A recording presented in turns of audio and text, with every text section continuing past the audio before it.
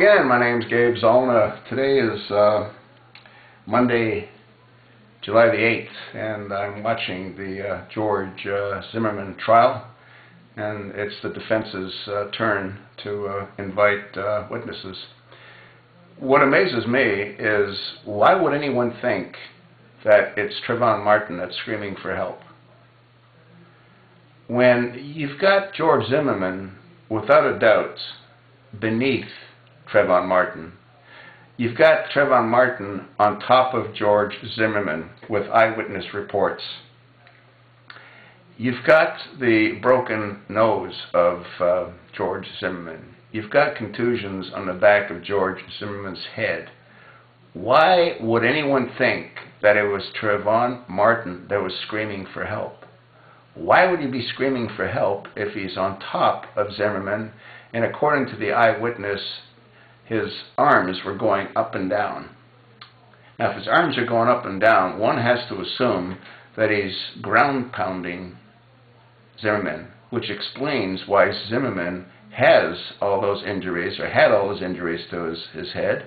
Also explains why he had a busted nose, and it also explains why it was he that was screaming and not Trayvon Martin.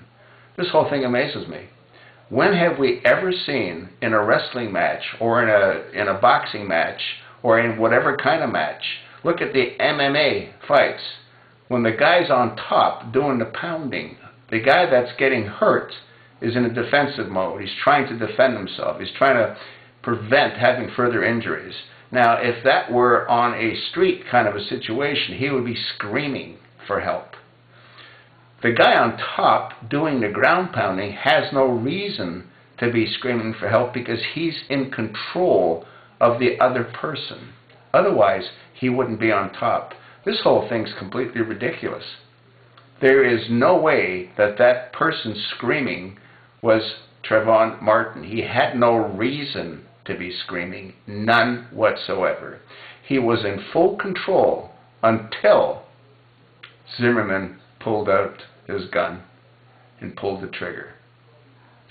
The prosecution had said that he aimed at his heart. He didn't aim at anything. He just pulled out the gun and shot at whatever he could hit. This is totally ridiculous. And that judge, Deborah Nelson, boy, she is totally working for the state against George Zimmerman. We'll see what happens. I just gave you my opinion. If you're watching it, what do you think?